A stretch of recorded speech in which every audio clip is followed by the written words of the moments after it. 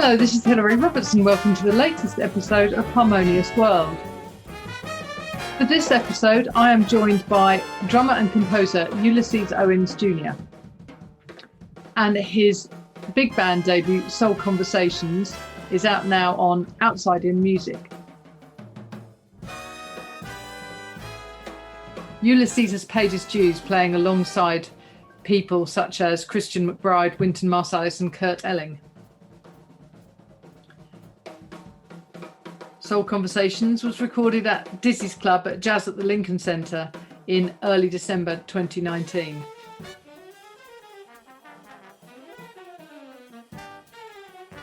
And this band is described as balancing excitement with subtlety and polish with unbridled innovation. You've definitely heard Ulysses and his drumming before because he was on the highly popular Nat King Cole and Me by Gregory Porter. One of the things I'll definitely be talking to Ulysses about is Don't Miss a Beat, Inc., which is a non-profit organisation to empower young people to dream big and give back to their communities through a blend of musical, artistic, academic and civic engagement programming. And he creates programs for more than 500 children every year. I hope you enjoy listening to our conversation. Hey, how are you? I'm good, thank you. How are you? Oh, there you are. Good to see you. Yeah. Well, this is a great album. I'm really, really loving this. Thank you, thank you, thank you.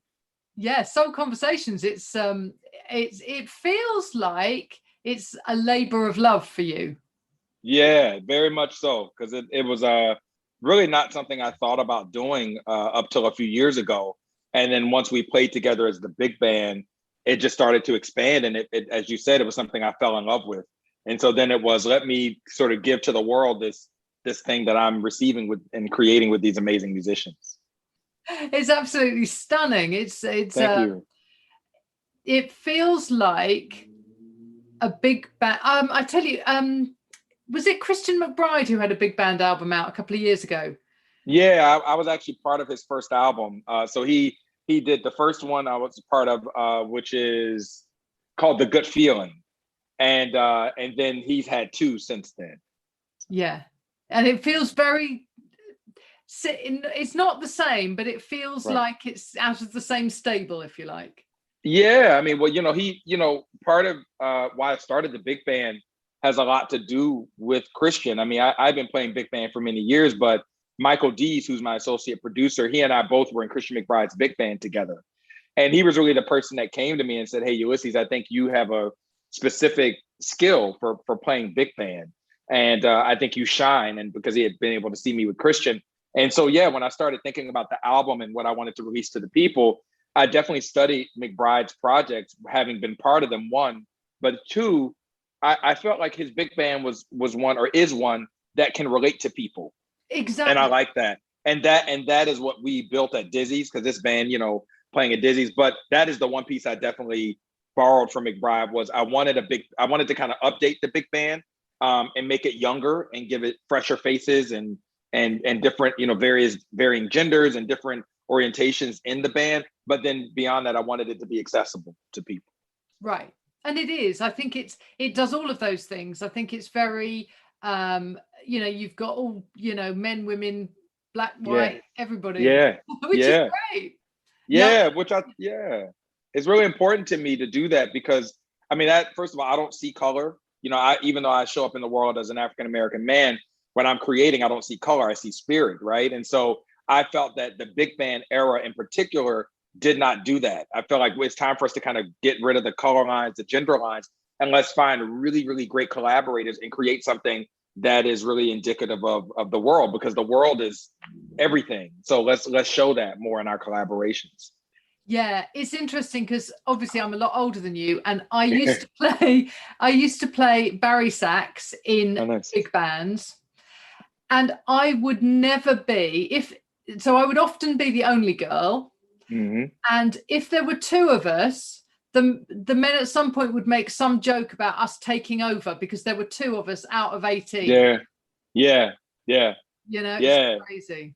Yeah, and it's funny because we actually just talked to my manager yesterday. We're getting ready to do a big run at Jazz Lincoln Center at the end of the year.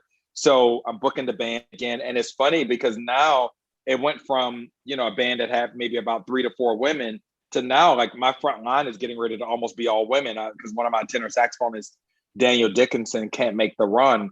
So I just hired Nicole Glover, who's an incredible tenor saxophonist and reed player. I think she's the newest member of the group Artemis, the Blue Note group. And so now I'm looking like my lead alto and second alto are women. And then now I got Nicole on second tenor. So yeah, we're all about the ladies in our band. Great stuff. Right. So talk to me a little bit about your background, because you've obviously, recently you've played on some great albums, and you were on the Nat King Cole Gregory Porter album, weren't you? That's a lovely album. Which we did in London. Did you know that? Did you do it at Abbey Road? We did at Air Studios. Oh, at Air. Yeah. So that was probably one of the most special moments of my life, because I feel like I already love London and it's one of my favorite places to be in the world. And to get to spend a week there and then record at these incredible studios and with all, incredibly talented European and British string, orchestra, it was brilliant. So yeah.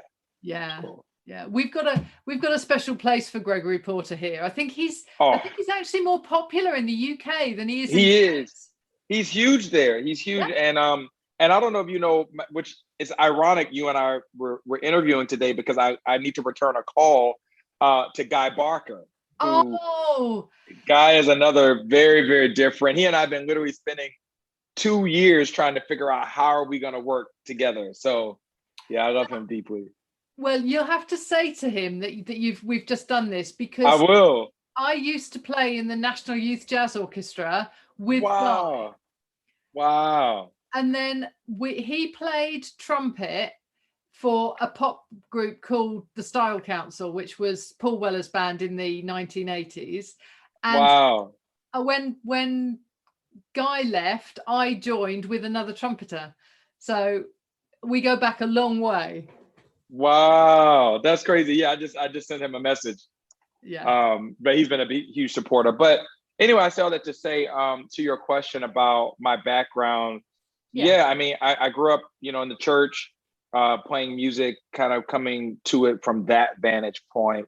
Then I got into jazz in high school and kind of understood by the age of 16, like, this is what I want to do, and then moved to New York, got into Juilliard. And that was when kind of things really started to formulate for me. My first goals were very much, I just wanted to be a really good jazz drummer. I wanted to play with as many people as possible. One of my sort of North Stars, which I'm actually interviewing him tomorrow as part of my new YouTube series, is Louis Nash. And he was really the reason that I moved to New York City. And just wanting to make similar moves that he made musically. So I would say the first, 10, 15 years of my career is just that. And then things started shifting where I really wanted to have more of a career as a leader. I felt like after playing with all these great musicians, I kind of started to have my own thoughts about how I wanted to show up in the world. And I have to be honest that I felt being a drummer was not as supported as a leader. There were people that were calling me like at a certain point in my career, and they would be like, oh, we got this new singer, this new pianist, or this new trumpeter. We want you to anchor the band. And then, but when I wanted to come up with my own band, it was like, no, like, you're a drummer. Like, drummers don't sell tickets, drummers don't sell records. So I felt like that was when I started sitting down and saying, no, like, Art Blakey, Buddy Rich, Max Roach. These are, even Ed Shaughnessy on The Tonight Show. There's all these great drummers that led bands and that everybody credits. Now, if you talk about big band, with now, most people over the age of 45 or 50 spent some moment with Buddy Rich. They either were cursed out by him or played, and then you got the Count Basie Orchestra with Papa Joe Jones, Sonny Payne, Harold Jones, and all these other great drummers. So everybody always credits working with drummers, but they never want to give us the same platform So the people, so I was like, you know what, I'm not feeling that. I'm gonna shift, come from the background. Actually, at the advice of Wynton Marsalis, he said to me, Ulysses, come out of the background. It's time for you to come into the foreground and really push for whatever your agendas are artistically. And so that's what I've been doing or seeking to do. Yeah. Well, that's brilliant. I notice you're wearing a "Don't Miss a Beat" t-shirt. Yeah, So you know about that? I do a little bit. So I want you to tell me a little bit more about it, because it sounds like a really inspiring, piece of work. So tell me how it works. How did it start? Man, so Don't Miss a Beat actually started when I was at Juilliard. I went to San Jose, Costa Rica, and we played at a cultural center. And I remember that feeling of playing there and just the spirit behind what it was. And I kind of locked it in the back of my mind. I was like, man, that was really cool to make music for a community. And it was great. So anyway, I graduated and moved back to Jacksonville. And my family, everybody, like, they're educators, they're in corporate America, have varying careers. And we sort of said, hey, we need to come together and form a business, because we had formed a lot of different ministries via churches. And so we were like, let's form something on our own, but we also wanted to form something for youth, because at that time, and it's even going on now, the crime rate in Jacksonville, Florida was very much predicated upon youth and them not having a lot of proper outlets. And I felt that you really only had sports outlets for youth, but you didn't really have artistic outlets, and on top of that, high-end artistic outlets. So that was the first thing. We were like, we want to form a business where we utilize the art, but within the art, we give mentorship, we give civic, allow for civic engagement and all that. So that started, and I would say in 2008, we began with our first summer camp. And the goal of the summer camp was to finish the year and kids to get a chance to perform a musical. That was in 2008. Now here we are 13 years later. We now have 2 community art centers. We're in the middle, which is why I have this shirt on. We're in the middle of our summer camp, which is a Broadway summer camp. So at the end of the summer, our kids are going to perform In the Heights, the musical. And then we actually are just launching a jazz festival this year. So this year we'll have In the Heights, and then we'll have a jazz festival for the community, free, in the city of Jacksonville. So it has become this incredible work that I'm artistic director for. And I always tell people it's my passion project. I mean, I love helping kids. I love talking and helping the community, and particularly the community of color, Black and Hispanic or Latinx. We suffer economically because there's such a gap.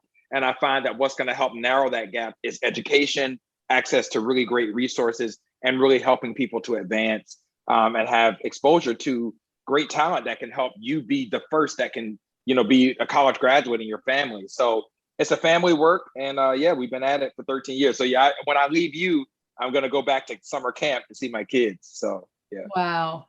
And it's hundreds of kids every year that you're reaching, isn't it? Yeah. So the summer camp this year is a little smaller because since COVID, we typically our summer camps were 80 to 100 kids. And then our after school program, 80 to 100 kids. And then we have partnerships with other local agencies where we're reaching 200 to 300 kids. After COVID, we had to kind of narrow it down a little bit just from a safety protocol. So this summer we have about 60 kids. But then back, when it comes back to the fall, we'll go back to in-person programming for after school. And then I have a position at several schools as well, where I'm at the Middle School of the Arts and the High School of the Arts. And that's where, between those 2 schools, I think we're reaching about 2,000 kids. So yeah, but Don't Miss a Beat, the community program, we actively work with about 200, 250 kids a year. So. And that's amazing, isn't it? Because of those 250 kids, if you take one, and stop that one child, from committing crime, then you don't need to do any more. Yeah, I mean, I'll give you one example. Just this week, or just last week, like, our kids are in summer camp now, and so our kids are ages 5. We have 3 categories: 5 to 7, 8 to 11, and then 12 to 16. Just last week, there was a kid murdered, a 16-year-old kid murdered by a 15-year-old kid, right? So you've got the 16-year-old kid who's no longer here, and then you got the 15-year-old kid who's now going to probably get life in prison. Right. Whereas I can tell you what my 15, 16-year-old kids are doing. They're learning lines to In the Heights right now. You see what I'm saying? Yeah. So that is why I'm passionate about it, because everybody wants to talk about crime. They even want to talk about racism. If you really want to narrow the wealth gap, you need to give people who were dealt a different hand access, and that's what Don't Miss a Beat is all about, is access. And we have great partnerships that allow for our kids to be able to have every advantage to fight the disadvantages that they were born with. That's fantastic. And Thank you. You're obviously a really good spokesman for that. I try. I am that. I mean, that's what, everybody says. They're like, oh, why you're so passionate? Well, I am that. I mean, I grew up, I had learning disability. My parents were not wealthy. My dad is a working class guy from, if not for the military, I don't know what he would have become. My mother went to college, didn't finish, but worked her way up through the ranks of corporate America. And they helped instill in my sister and I to be better. And my sister and I are the first college graduates in our family. And look at what we've done. We've now created businesses. I've been all over the world. So just in our own family, me and my sister are the first. So right. I'm passionate because just from me and my sister, we have started a business that has changed the city and therefore other people. So to your point, I am Don't Miss a Beat. I am those kids. So when I look at them, I see me, because if nobody had not taught me what I could do with drumsticks, I don't know where I would be today. Right. And it's important that somebody like you talks to somebody like me. You're a young Black man and I'm an old white woman, but it's yes. all about having conversations across those divides that kind of go, well, what is actually dividing us? There's not that much that's actually right. divided in the real terms. And, that's what we should be talking about together. Yeah, and honestly, Hillary, that has been my feat, or I should say my focus. Now that Don't Miss a Beat is off the ground, we have great programming and we're operating and people are knowing who we are. We now secondarily are this, like we are a place where we have an incredible large amount of white supporters, Asian supporters, supporters from the Middle East. I mean, we have people from across the color lines, and many times they say, like, when you come to a Don't Miss a Beat event, you see a juxtaposition of lives that you wouldn't see anywhere else in the city. You'll see, because we're not in the hood, but we're definitely in a part of the city that's not affluent. But you'll see Range Rovers and fancy cars from all my great donors. But then you see my working class families. Then you see, homeless people who we feed them every day and they love us. They're coming. So you get to see this blend of people. And as a result of it, it's a beautiful family event and everybody's in the same place. And to your point, that's what's going to make the world smaller and more together, is us really being able to have those healthy dialogues and exchanges with each other. Yeah, brilliant. So lockdown, March 2020, how did that impact on you? So were you, touring, how did it hit you? Man, it hit me in multiple ways. I tell people the pandemic has been the biggest blessing of my life. And it also impacted me in some negative ways, but ways that I'm overcoming. And obviously for every musician economically. I mean, I can't even tell you what I lost economically, but I'm also thankful because had I not sat still for a year and a half, I don't think I would be able to have the focus and the bandwidth and to be able to run with the clarity that I have now.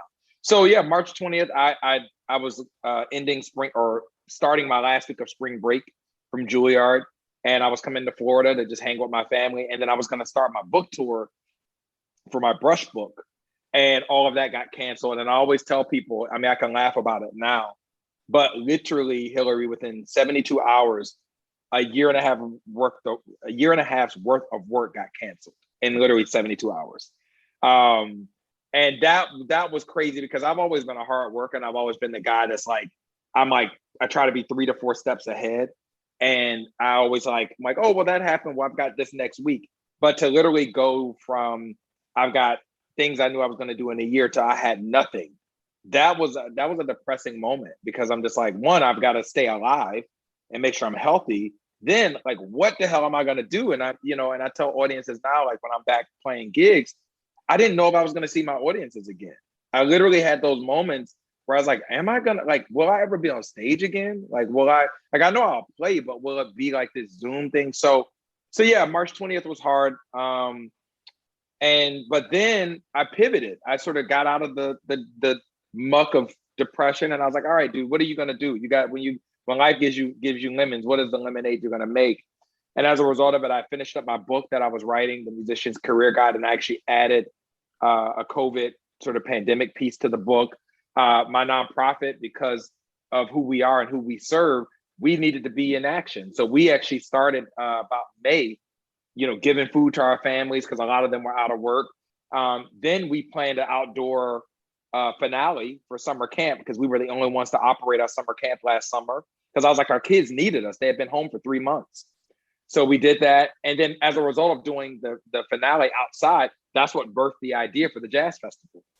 And then I built a studio here because I needed to do all this recording and interviews and all that. So I built a studio, and I've been saying I was going to do that for 10 years. So it started as this kind of grim moment, and it turned into me having the time to do all the things that I'd ever wanted to do. So now that I'm kicking back into gear and releasing the album and going back to work, I'm now bringing back with me Don't Miss a Beat, at a higher level. I now have a studio. I now know how to record. I have I can also produce video, and I have like online lesson series. So it opened up the opportunity for me to do all these other things that I've been saying I wanted to do. But definitely I lost a lot of money, but I survived. Yeah. Well, thank God. Great. So Soul Conversations is now out. This is a great album, and you're talking about doing a season at the Jazz at the Lincoln Center. Yeah, December 2nd through the 5th for any of those wonderful UK folks that are going to be in New York City. Whenever you guys are able to like move about, we are going to be at Jazz at Lincoln Center, Dizzy's Club Coca-Cola, and we will be playing for 4 nights with my big band. I'm really excited about that.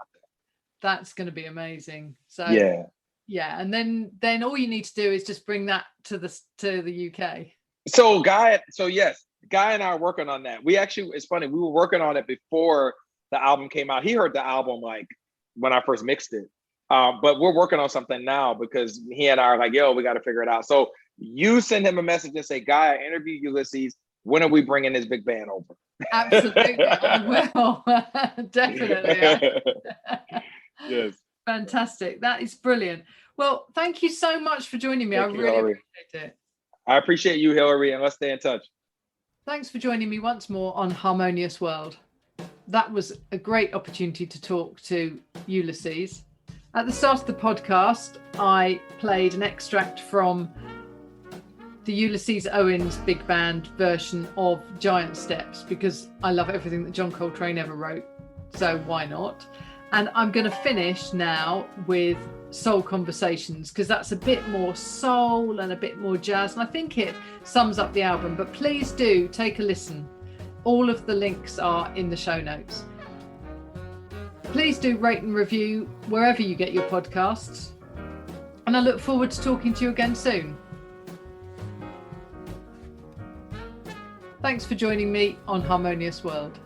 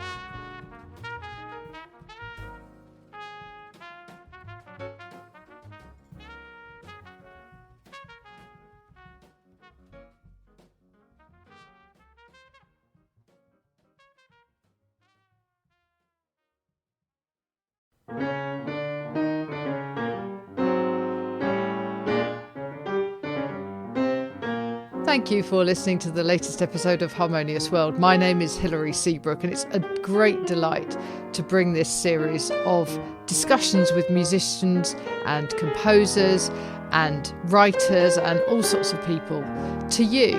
Obviously, there's no point in having a podcast if people aren't listening, and I'm very grateful to my listeners for doing so. Thanks also to Joe English for composing and performing this new theme tune. So wherever you get your podcast, you can leave a review. You can share this with your friends and family, either as a link or on social media and that sort of thing. I'd be really grateful for that. Don't forget that you can subscribe now. There's a link wherever you get your podcasts. So have a great week, and please remember why I started this, which is just to try and make the world a little more harmonious. Thanks for listening to Harmonious World.